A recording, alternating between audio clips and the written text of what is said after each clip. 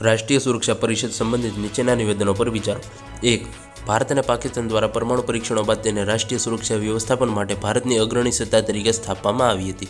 2. આ વ્યૂહાત્મક નીતિ જૂથ રાષ્ટ્રીય સુરક્ષા સલાહકાર બોર્ડ અને રાષ્ટ્રીય સુરક્ષા પરિષદ સચિવાલયની સંયુક્ત 3 સ્તરીય રચના હેઠળ કાર્ય કરે છે।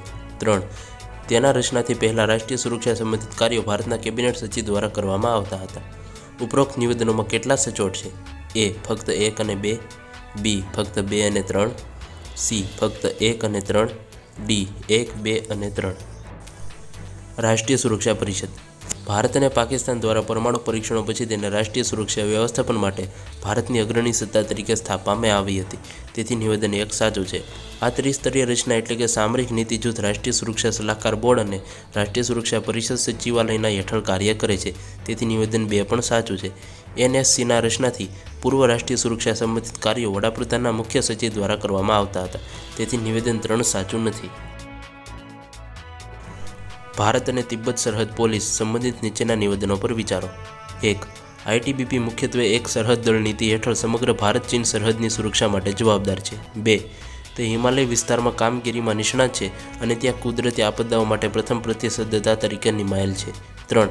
ITBPનું સૂત્ર શૌર્ય, દૃઢતા અને કર્મનિષ્ઠા છે। ઉપરોક્તમાંથી કયો કે કયા નિવેદનો સાચા છે? A. ફક્ત 1, B. 1 અને 2, C. 1, 2 અને 3, D. ફક્ત 2 અને 3। વર્ષ 1962માં રચાયેલી ભારત તિબ્બત સરહદ પોલીસ એક સરહદ દળ નીતિનું પાલન કરતી હોવા છતાં ભારત ચીન સરહદની સુરક્ષા માટે જવાબદાર છે, તેથી નિવેદન 1 સાચું છે।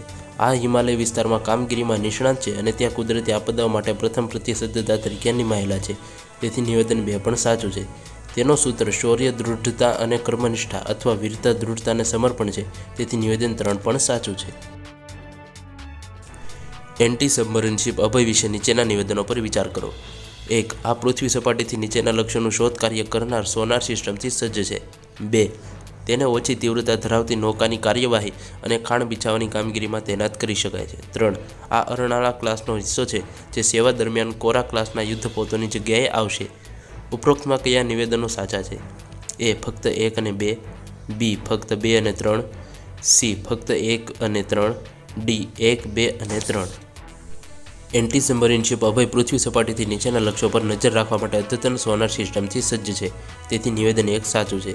તેને ઓછી તીવ્રતા ધરાવતી નૌકાકીય કામગીરી અને ખાણ બિછાવવાની કામગીરીમાં તૈનાત કરી શકાય છે, જે પાણીના નીચેના ખતરો સામે ભારતની તટીય સુરક્ષાને મજબૂત બનાવે છે, તેથી નિવેદન 2 પણ સાચું છે।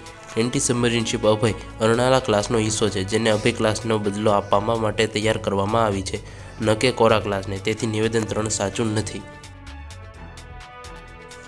હમણાં સમાચારોમાં જોવામાં આવેલી લિવિંગ પ્લેનેટ રિપોર્ટ નીચેના પૈકી કયા સંગઠન દ્વારા જાહેર કરવામાં આવે છે?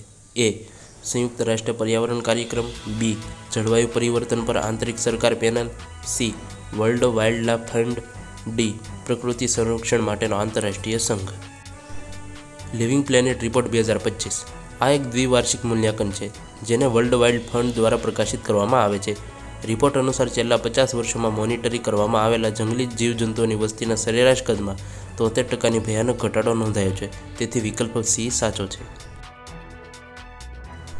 ઓપરેશન સિંદૂર, જેને અવારનવાર સમાચારોમાં જોવામાં આવે છે, જેને સૌથી યોગ્ય રીતે નીચે મુજબ વર્ણવી શકાય: A. ભારતીય સશસ્ત્ર દળો દ્વારા સમન્વિત નિખરેલું હુમલો અભિયાન, B. કાશ્મીરમાં શાંતિ મિશન, C. પહેલગામ વિસ્તાર માટે માનવીય સહાય અભિયાન, D. ભારત અને પાકિસ્તાન વચ્ચેની કૂટનીતિક ચર્ચા। ઓપરેશન સિંદૂર એક સમન્વિત અને સચોટ સૈનિક કાર્યવાહી હતી જે ભારતીય સશસ્ત્ર દળો દ્વારા 7 મે 2025ના રોજ પહેલગામ આતંકી હુમલાનો બદલો રૂપે શરૂ કરવામાં આવી હતી। આ અભિયાન સેના, નૌસેના અને વાયુસેનાઓના સંયુક્ત પ્રયાસોથી ભારતીય વિસ્તારમાંથી ચલાવવામાં આવ્યું હતું। અગાઉના અભિયાનો કરતાં જેમના નામ સામાન્ય રીતે આક્રમક શક્તિ દર્શાવવાના હેતુથી રાખવામાં આવતા હતા, આ અભિયાનનું નામ ખાસ કરીને હુમલાના પીડિત અને ખાસ કરીને પહેલગામ હુમલાના શહીદ થયેલા જવાનોની વિધવાઓને વ્યક્તિગત શ્રદ્ધાંજલિ રૂપે પસંદ કરવામાં આવ્યું હતું, તેથી વિકલ્પ A સાચો છે। ભારતીય દેવું અને નિરાકરણ નિર્ધારણ બોર્ડ IBBI સંદર્ભમાં નીચેના નિવેદનો પર વિચાર કરો। 1. આ દેવું અને નિરાકરણ સંહિતા 2016 હેઠળ સ્થાપિત એક કાનૂની સંસ્થા છે જેના કાર્યમાં ભારતના બિઝનેસ અને વ્યક્તિઓ માટે દેવું અને નિરાકરણ ઉકેલનો પ્રદાન કરેલું છે। 2. IBBIમાં 10 સભ્યો હોય છે જે નાણાં મંત્રાલય, કોર્પોરેટ મંત્રાલય અને નીતિ આયોગનું પ્રતિનિધિત્વ કરે છે। ઉપરોક્તમાં કયા નિવેદનો અથવા નિવેદનો ખોટા છે? એ ફક્ત 1, બી ફક્ત 2, સી 1 અને 2 બંને, ડી ના તો 1 અને ના તો 2. ભારતીય દેવોને નિરાકરણ નિર્ધારણ બોર્ડ IBBI 2016માં ભારતમાં લેવાયેલું દેવું અને નિરાકરણ સંબંધિત કાયદાઓનો ભાગ છે, જે કોર્પોરેટ વ્યક્તિઓ, પાર્ટનરશિપ ફર્મો અને વ્યક્તિઓના દેવું અને નિરાકરણ સંબંધિત વર્તમાનમાં કાયદાઓને સંકલિત અને સુધારિત કરે છે. આને દેવું અને નિરાકરણ સંહિતા 2016 હેઠળ સ્થાપિત કરવામાં આવ્યું હતું અને આ ભારતીય વ્યવસાયો અને વ્યક્તિઓ માટે દેવું અને નિરાકરણ ઉકેલો પ્રદાન કરનારો એક કાનૂની સંસ્થા છે. તેથી નિવેદન 1 સાચું છે. IBBIમાં 10 સભ્યો હોય છે, જે નાણાં મંત્રાલય, કોર્પોરેટ મંત્રાલય અને ભારતીય રિઝર્વ બેંકનું પ્રતિનિધિત્વ કરે છે. તેથી નિવેદન 2 ખોટું છે. નીચે આપેલા નિવેદનો પર વિચાર કરો. 1. આ પૂર્વી ભૂમધ્ય સાગરીય બેસિનમાં આવેલું છે. 2. તેની સરહદ દક્ષિણ પશ્ચિમમાં મિસ્ર, ઉત્તર અને પૂર્વમાં ઇઝરાયલ અને પશ્ચિમમાં ભૂમધ્ય સાગર સાથે સ્પર્શે છે. 3. આ વિશ્વના સૌથી ઘન વસ્તીવાળા પ્રદેશોમાંથી એક છે, જેને ઘણીવાર ખુલ્લી હવાવાળી તળાવ તરીકે ઓળખવામાં આવે છે. ઉપરોક્ત વર્ણનથી કયા સ્થાનનો સૌથી વધુ મેળ ખાય છે? એ. ગાઝા પટ્ટી, બી. પશ્ચિમી તટ, સી. સિનાઈ પાઇપ દ્વીપ, ડી. બેઇરૂટ.